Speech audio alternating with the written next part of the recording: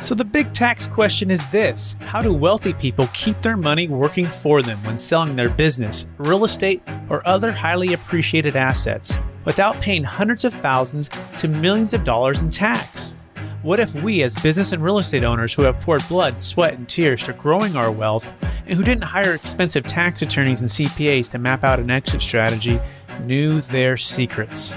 Instead of recreating the wheel, why can't we just model the way they deferred 30 to 50% in tax, paid off debt, funded their next business dream, and most importantly, leave a financial legacy to give to the causes we believe in most? What if their secrets weren't complicated at all, and you just need a guide who is a few steps ahead of you? That is the question, and this podcast will give you the answers. My name is Brett Swarts, and welcome to Capital Gains Tax Solutions. Welcome to the Capital Gains Tax Solutions podcast, where we believe most high net worth individuals and those who help them struggle with clarifying their capital gains tax deferral options. Not having a clear plan is the enemy, and using a proven tax deferral strategy such as the Deferred Sales Trust is the best way for you to grow your wealth. Hey, I'm your host, Brett Swarts, and each episode I'm joined by some of the best financial independents and passive income wealth advisors in the world, where they share their ideas, deal stories, and inspiration. So together we can make complex tax deferral strategies simple and passive income plans achievable. And with that, I bring on guests too, who are going to help you to grow your business or wealth before you have a sale event, right? Before you're selling that multifamily property or that dental practice or that high-end primary home, and you're looking to delegate, you're looking for efficiencies. And with that, you have to figure out a way to get out of your own way. And so our next guest is an expert in doing just that, Bob LaChance. He is the founder of Riva Global. He is a commercial real estate owner himself.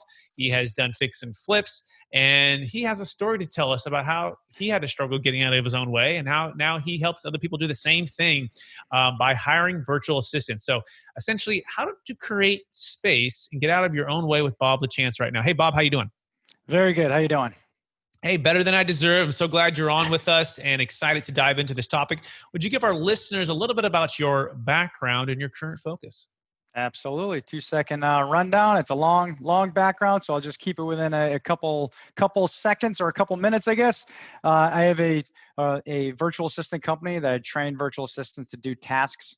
We have a real estate side division and a med side, so a med VA side as well, where our virtual assistants work with doctors and different offices to do insurance verifications and prior authorizations, etc.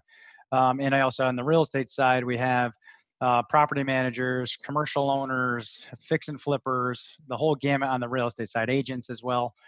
So we have two sides of our business, and we also have other business owners like financial advisors that use our service as well to take off different types of tasks, whether it's lead generation, etc., phone work. So we run a gamut of that. But I started investing in real estate back in 2004. Prior to that, I played professional hockey for 8 years, 4 years here in the U.S., 4 years in Europe, which is pretty cool. I'll talk some stories offline if you want. But I had a great time doing that, and it was a great learning experience. So I jumped in the business world, like I said, in 2004. And through that time, I've done well over north of 800 transactions, both on the residential side, on the commercial side, buy and holds, syndications as well. So I also started a couple real estate education programs on the coaching side, the mentoring side, helped build that up in the back end. And then through that time, I realized there was a huge need. I was talking to a lot of my buddies that are business owners as well. And one of the same topics keep coming up. And that was, I need time. I need more time in my day. I need to be able to scale my business, and I need to create more efficiency affordably, right? For here, I live in Connecticut over here. So I know for me, if I'm going to hire someone that has a 4-year college education, the average right now is when they come out of school, they want about $48,000. So that's $4,000, give or take per month. And as some small business owners, guess what? That's sometimes a challenge. We have a lot of high net worth individuals that they don't care about it, but you got to look at both sides of it. So I saw there was a need in the industry, meaning whatever business owner there was. So back in 2013, I tested the concept to see if it worked. 2014, I launched my first virtual assistant company. And then today, I not only invest in real estate, but I also run a very successful virtual assistant company. Absolutely love it. And thank you for that overview. And it's such a needed space. And so I'm really excited to dive into a few of those secrets here. But before we get there, Bob, I'm curious, what was the strength you were given? I think we're all been given certain, God-given gifts, and some people call it superpowers. But what is that one gift that you were given? And maybe you identified it when you were a kid that helps you help people today? I would probably have to say it's building teams, building rapport, and building teams, and keeping individuals together. I have to look at my background has to do with sports. I played sports growing up, and as you know, many athletes that play a team sport have the ability to work with each other and together as a team. And now you fast forward into the business world, it's very, very difficult to be a lone wolf right now and be successful. Right? You need individuals. You need to work with financial planners. You need to work with attorneys. If you're looking to build your wealth through real estate, you got to work with brokers. You got to work with private money, hard money, everything. It all comes together. You have to be able to work with people. And we're in a people industry, especially, what's going on right now. Everybody's doing work through the internet, through Zoom as an example, right? So if we can't build relationships, build rapport, and create team through the computer, then you're going to be in a very challenged position. Yeah, thanks for sharing that. And absolutely, I resonate with you. I played football and basketball growing up, baseball when I was real young, and then I was fortunate enough to play basketball in college on scholarship. And it just almost like, Nice. you know, uh, my faith in God, my wife, my kids, and then it's like basketball. Like if I could play every single day and my knees not fall off, and I had the time. I have 5 kids, so it's tough to get too much time. But that being said, team sports and the ability to connect with one another, to know your role, to work together to achieve a goal. It's irreplaceable in my background, and helped me to be who I am today.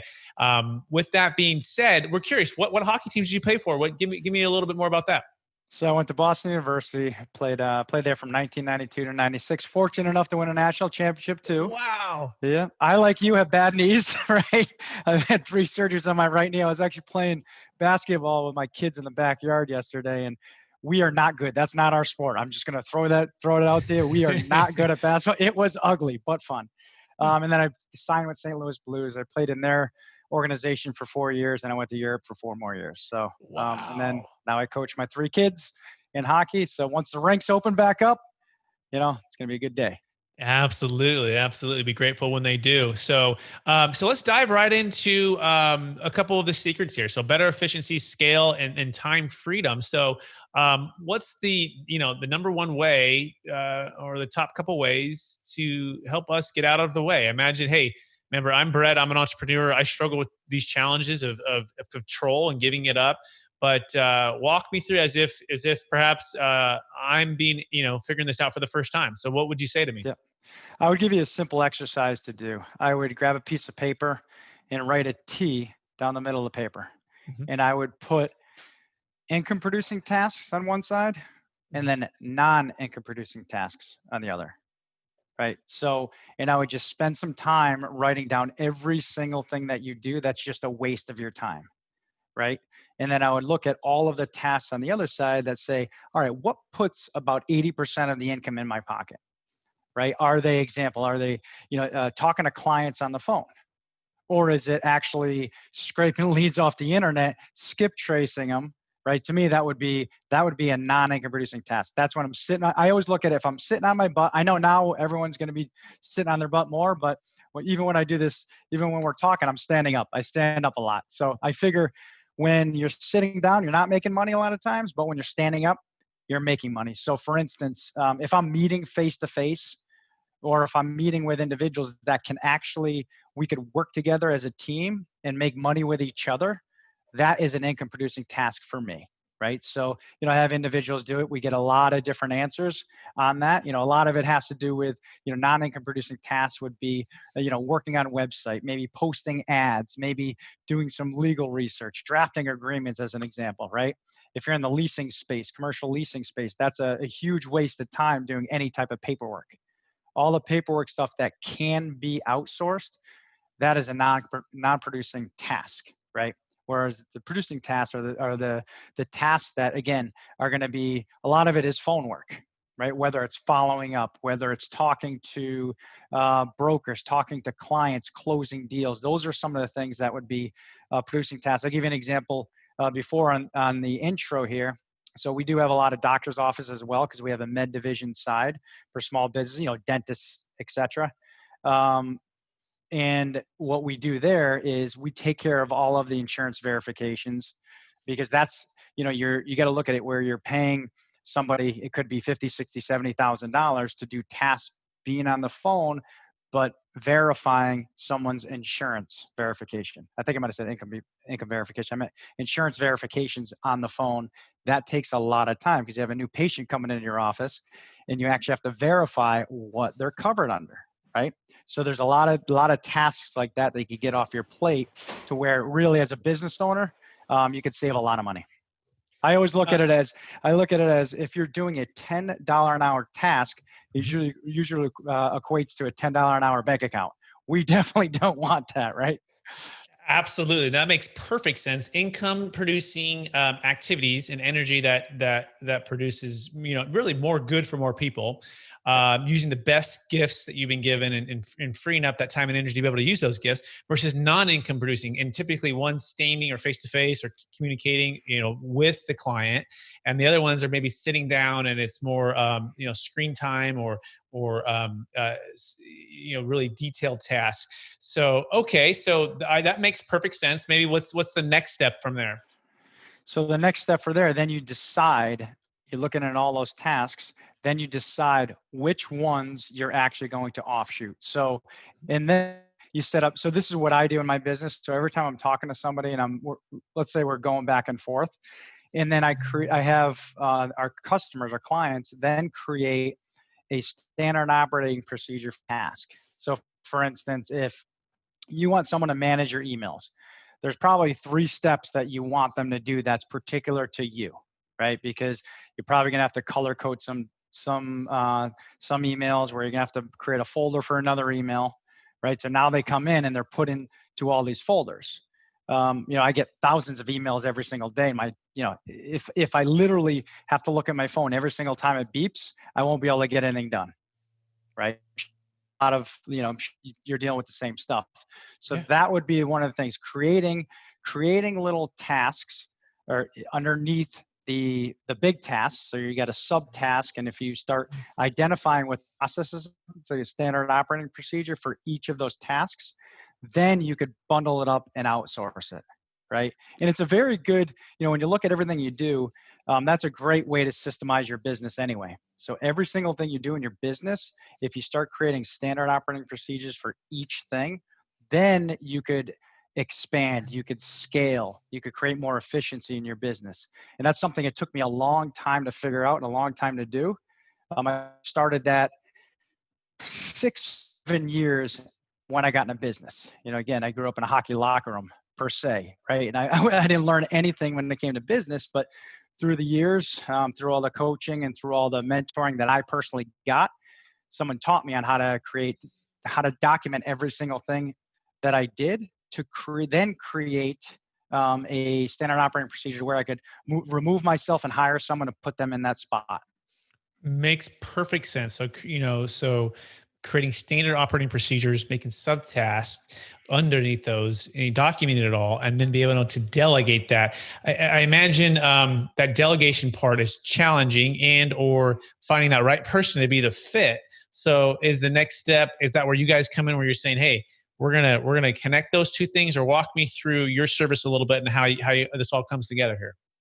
Yep. So whether it's my service or anything else, I keep it the same way. You have to make sure when we're bringing anybody on, when you're hiring someone, this is some advice I always give. There's 4 things we need to know. Number 1, you need to know the role. You need to know, so the 4 R's: roles, responsibilities, requirements, results. So for me, when I'm looking at it, we have to make sure we're crystal clear on what role we want to actually take off of our desk or off of our list, and outsource that. So if it's lead generation, right? Make sure it's identified and there's a job description created underneath that one task of lead generation. Next is responsibilities. That's where each task is identified underneath that role. right? So in the real estate investing world, let's just say I want a cold caller as an example, right? And I want them just to call each and every day to gauge seller motivation. If I'm calling on property managers, let's just say, and I want to make sure that I'm calling every single property manager and I have a set script. That's the role. But the responsibilities are going to be, all right, you log into this software, you upload this list to the software, you hit go on the dialer, and you keep dialing and you follow the script. And then once you actually connect with someone, you get someone who's motivated at working with you, then you fill out the form and it automatically emails to the client. That would be the tasks under responsibility. So you get roles, responsibilities, and then what are your requirements? Do you require somebody who has a 4-year college education with certain type of bachelor degree in there? Do you require certain experience, or can you just have someone fresh out of college? Or you don't even need anybody who has a college education. What are those requirements for you? And then the last one are results. What are the results you expect out of that particular individual that's filling that role? So if you follow those particular steps, I think it's going to help out very, very much with hiring someone and bringing someone on. Whether it's, again, this is what I do in my virtual assistant business all the time. So this is how we work with all of our clients as well. The same steps when we bring on a new client. Beautiful. I love that. Role, responsibilities, requirements, results. And maybe walk us through your story with maybe what was, or maybe in the last 5 years, what's the biggest one that, whether the biggest hire that you had, and walk us through how that changed your business and had the most impact. Yep. So I'll go with my virtual assistant company. We have literally our executive of the Philippines. You know, when you start a business in a different country, there's a lot of different rules, a lot of different regulations. You got to build the correct team. So I found my perfect person to take care of, obviously, all of the Philippine side of things.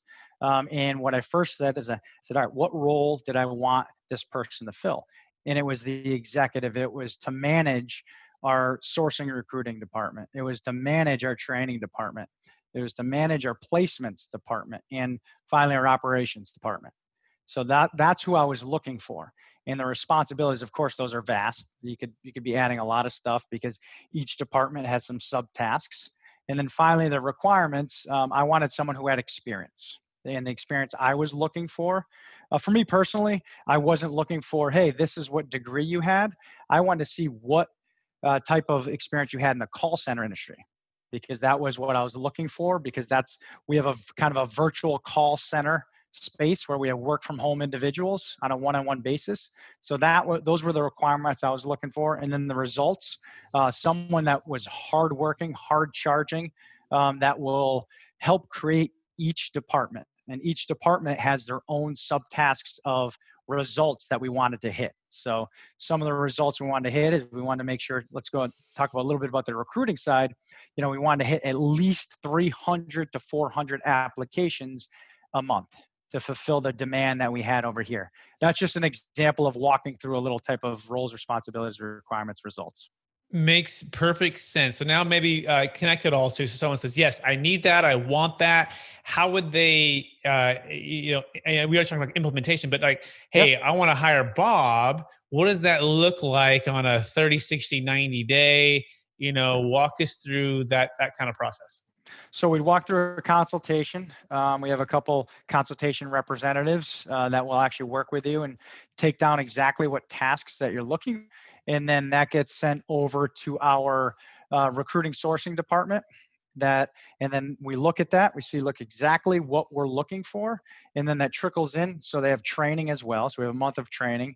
And then it goes to our placements department. So our placements team will look now at what the sale just came in, let's just say, right? If we're talking that type of sales and fulfillment, it all boils down to, so if you could actually picture 2 lines coming together, we have admission/sales meeting up at placements. So the VA goes to the placements pool, and our placements advisor then will look at all of the tasks that you want done, and then she will go to the pool of virtual assistants to see what they have on their experience, their resume, and exactly what you're looking for, whether it's a phone virtual assistant or an admin virtual assistant. It's almost like matchmaker.com, right? Match.com, where you're putting two people together that are going to be a perfect match so they could have a great working marriage.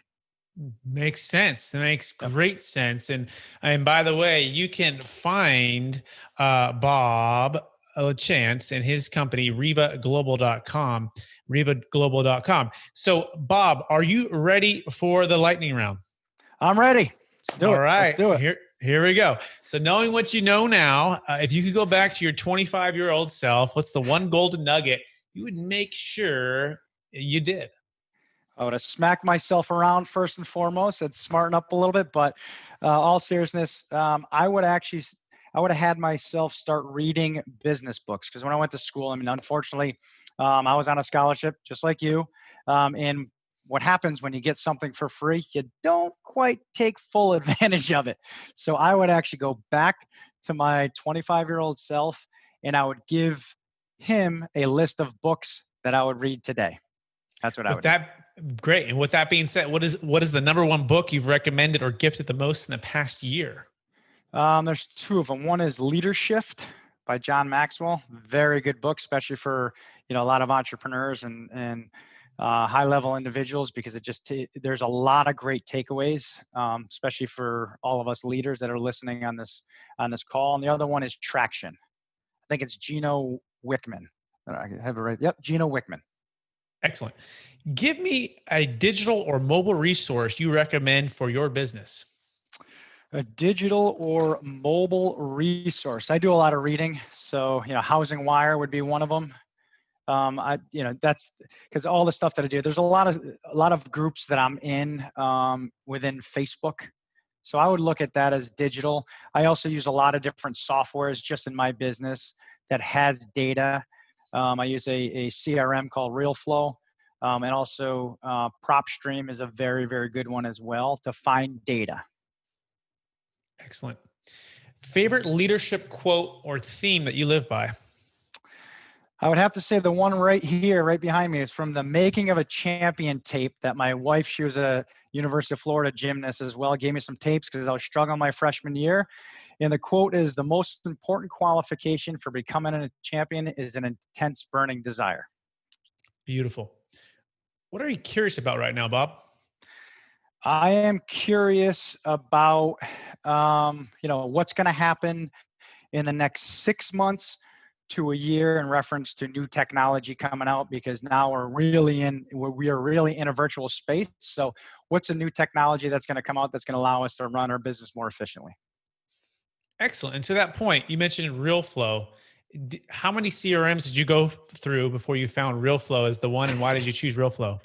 There's a lot of different CRMs. I'm buddies with the owner. I've known the owner for a long time, and they have a fantastic product, and they keep adding to it. They every single day they're adding new features that actually just helps my business. Beautiful. How do you stay centered in your values, Bob? After all your success and all your achievements, 800 properties, a virtual assistant business, empowering, equipping people with your services, how do you stay centered in your values and encouraged to charge forward to reach new goals? There's always somebody better.